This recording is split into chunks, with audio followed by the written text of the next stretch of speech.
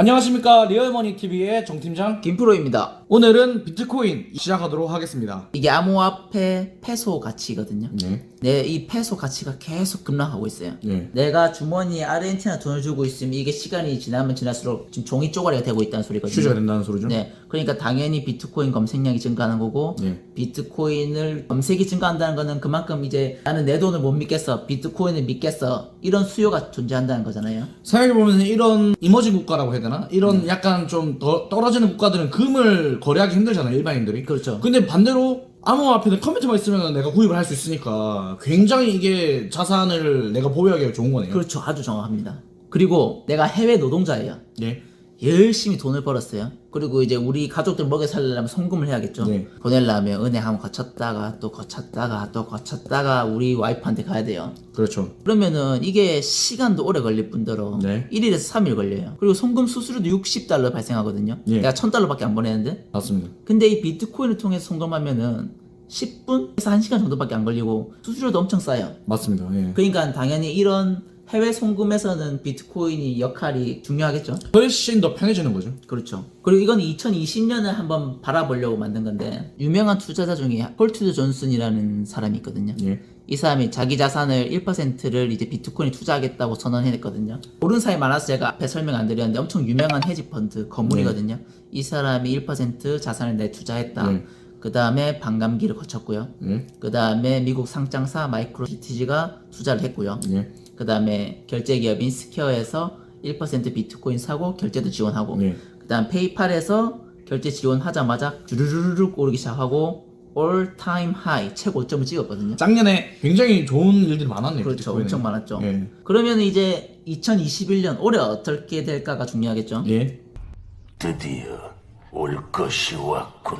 전망치를 보면 이 암호화폐 애널리스트 플랜 B라는 사람이 있는데, 이 사람은 이제 스톡 투 플로우, 스톡 재고, 그 다음에 플로우 공급. 예. 비트코인은 반감기 때문에 공급량이 계속 줄어들잖아요. 네, 4년마다. 맞습니다. 그래서 그거를 바탕으로 미래 가격을 예측하는 건데, 지금 2021년 말에 $100,000,000를 보고 있고요. 이 사람은 1억이죠. 그 다음에 시티뱅크에서 무려 $310,000,000까지 예측하고 있어요. 이야. 3억이죠. 3억이면은 지금 최소 6배네요. 네. 그리고 헤지펀드에서 1억. 블룸버그에서 5천만원 지금 현재 네, 시세죠. 그렇죠. 네. 저는 이 사람의 근거가 제 의견과 많이 맞아서 들고 왔는데, 이 사람이 비트코인을 엄청 좋게 보고 있어요. 이 사람은 채권을 대체할 자산이라고 엄청나게 진보적으로 얘기했는데, 저는 이 정도까지는 동의하지는 않고요. 네. 채권 시장은 진짜 무지막지하게 크거든요. 그렇죠. 그리고 이거는 국가가 또 보증을 하니까 예. 비트코인이랑 사실 다르잖아요. 네네네. 이게 급이. 예. 그래서 하지만 이만큼 진보적인 시각을 보고 있고, 이 진보적인 시각 때문에 아크 ETF가 작년에 최고 수익률을 달성해서 지금 인기 스타가 된 맞습니다. 거거든요. 네. 대략적으로 설명을 드리면 S&P 500 기업에 현금을 1%만 비트코인에 투자해도 5천만 원 되고요. 그렇죠. 예. 10%를 만약 투자한다? 그럼 이게 4억이 되는 거예요. 예. 그리고 기간 투자가는 뭐 어디 몰빵하는 게 아니라 무조건 에셋 예. 알로케이션이라고 맞습니다. 해서 예. 자산을 배분하거든요. 맞습니다. 이 배분할 때 1%만 배분해도 거의 한 8천만 원이에요. 근데 이 아크에서는 2.5%를 최소치로 잡고 있는데, 이렇게 되면 2억, 6.5%를 하면은 5억. 이런 식으로 지금 가정을 잡고 있거든요. 근데 기관에서 2.5%나 가상화폐에 투자한다고 그럼 보시는 건가요? 저도 동의하고요. 예. 비트코인에 대해서 투자를 할 수밖에 없는 게, 예. 지금은 말 그대로 전례 없는 통화 정책을 펼치고 있거든요. 맞습니다. 말 그대로 진짜 화폐가 모래 아래 되고 있잖아요, 지금. 네. Cash is trash. Okay? 진짜 예전에 금융위기 때, 2008년 금융위기 때 풀었던, 10년 동안 풀었던 돈을 지금 1년 만에 풀고 있고, 네. 앞으로 더 풀 거고, 네. 그다음에 뭐 MMTA 해야 된다는 소리도 나오고, 지금 전례 없는 통화 정책을 펼치고 있는 이때 진짜 금융 전문가들은 불안에 떨고 있거든요. 이럴 때 대체 자산이 필요해요. 예. 근데 그 대체 자산으로 주목받고 있는 게 지금 비트코인이거든요. 그만큼 이미 많은 사람들이 가지고 있고, 네. 그리고 활용성도 좋고, 네. 편하고, 그리고 안전하다. 지금 정프로님처럼 혹시라도 이렇게 2.5% 투자할까라고 생각을 가지시면 안 되는 게, 레이 달리오나 이런 유명한 사람뿐만 아니라 마이크로 스트래티지나 테슬라처럼 이런 나스닥 상장 기업들조차도 지금 투자를 하고 있거든요. 그러니까 우리도 패러다임이 깨야 된다. 지금 저같이 이렇게 생각하는 사람들은 패러다임이 깨야 된다는 말씀이시죠. 지금 진짜 그 패러다임 시프트가 필요할 때고, 그것 때문에 제가 지금 노력해서 이 장표를 만들고 지금 설명을 드리는 겁니다. 알겠습니다.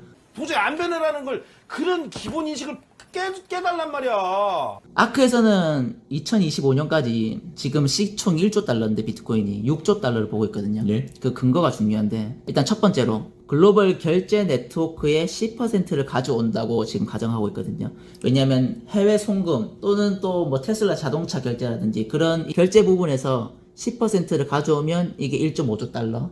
그리고 비트코인이 지금 디지털 골드로 평가받고 있거든요. 예. 금을 들고 다닐 수는 없어요. 그렇죠, 맞습니다. 결제할 때도 쓰기도 힘들고. 예. 근데 비트코인은 이 사토시 단위로 쪼개서 쓸 수도 있고 네. 들고 다니기도 쉽고 편하고 국경 간 이동도 쉽고 디지털 골드의 역할을 10%를 가져온다고 치면 이게 1조 정도의 값어치. 네. 실제로도 요즘 금 가격은 떨어지는데 비트코인 가격 올라가고 있거든요. 맞습니다. 금의 포션을 뺏어온다는 평가가 거의 지배적이에요. 그리고 아까 아르헨티나 설명했던 것처럼 이 이머징 마켓에서 이 현금을 5%를 지금 포션을 가져온다고 계산하고 네. 있거든요. 달러나 옌, 위안, 유로 같이 이런 키 커런시를 제외하고 네. 기축 통화를 제외하고 맞습니다. 네. 나머지 국가들에서 5%를 가져온다 가정했을 때 1조 달러. 맞습니다. 그리고 이게 포션이 가장 큰데 내가 만약 부자예요. 내가 중국에 살아. 근데 내가 만약 살짝 범죄를 저지르다 칩시다. 네. 그럼 내 돈을 뺏어갈라 할 거잖아요. 100%죠. 근데 부자들은 이 돈을 뺏어갈 거에 대비해 항상 뭔가를 해놔요. 리스크 해지를 해놓는다 말씀이시죠? 네, 그래서 이거를 뭐 다른 나라에 숨겨놓던지, 네.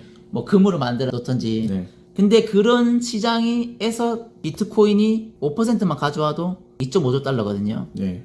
그래서 총 다 해서 6조 달러고 이 이번에 대해서 조금 더 부연 설명하면 예전에 키프로스라는 작은 유럽 섬나라의 금융위기가 한번 왔거든요. 예. 이제 은행에 있는 돈 예치한 돈에서 10%를 제하고 주겠다. 이걸 베일인이라 그러는데 네. 이건 네이버 찾아보시면 자세히 나오고 이렇게 하면 내 돈을 손해 보잖아요. 그리고 맞습니다. 고액 자산가한테는 더 많이 뺏어가거든요. 맞습니다. 그러니까 이걸 어떻게 하지 하면서 비트코인이라는 게 있네 하면서 이게 비트코인 수요가 갑자기 폭발하면서 팍 증가한 거거든요. 네. 거기다가 이 키프로스는 그 유명한 조세핀 한처거든요. 네. 그러니까 다른 나라에서도 돈 막 보관하고 있던 게 갑자기 키프로스 금융위기 터져서 내 돈이 베일인 당하게 생겼으니까 네. 이 돈이 팍팍팍 빠져나가야 되잖아요 지금. 네. 그러니까 수요가 급등하면서 팍 올라간 거거든요. 네. 이런 식의 실제로 그 아까 예시 2번의 사례도 있고요. 네. 비트코인은 한번 팍 폭등했다가 80% 정도 떨어지는 이러한 현상이 지금 반복되고 있거든요. 네, 맞습니다. 14년에도 그랬고요. 18년에도 이것 때문에 뉴스에 한국도 막 물려가지고 20대, 30대가 힘들다 이런 얘기 많았잖아요. 예. 그리고 지금 보면은 사실 이때는 뭐 아무것도 아니었어요. 네. 2만 달러도 와 이제 다시는 안 올 가격이다 그랬는데 가지고 지금 왔다. 2만 달러 다시 안 올 가격은 맞아요. 밑으로 다시 안 올 가격입니다. 이거. 맞습니다.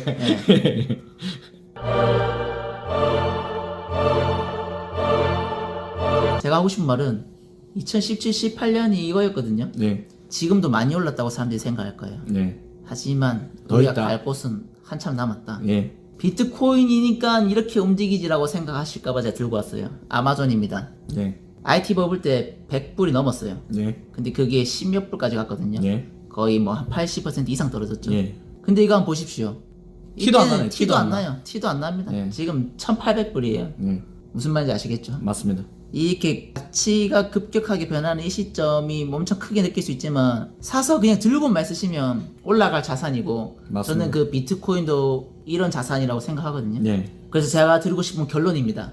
이게 비트코인을 편입한 포트폴리오 가치인데 예. 이거 US 국채 투자한 수익률, 그다음 금에 투자한 수익률, 그다음에 S&P 500에 투자한 수익률이고요. 네. 내가 99%의 현금을 들고 있고 0.5%의 BTC, 1%, 2% 이렇게 들고 있는 거거든요. 네. 내가 99.95%를 현금 들고 있으면 위험이 거의 없는 거죠. 그렇죠. 위험은 없어요. 맞습니다. 위험은 없는데 수익률이 6%나 되고요.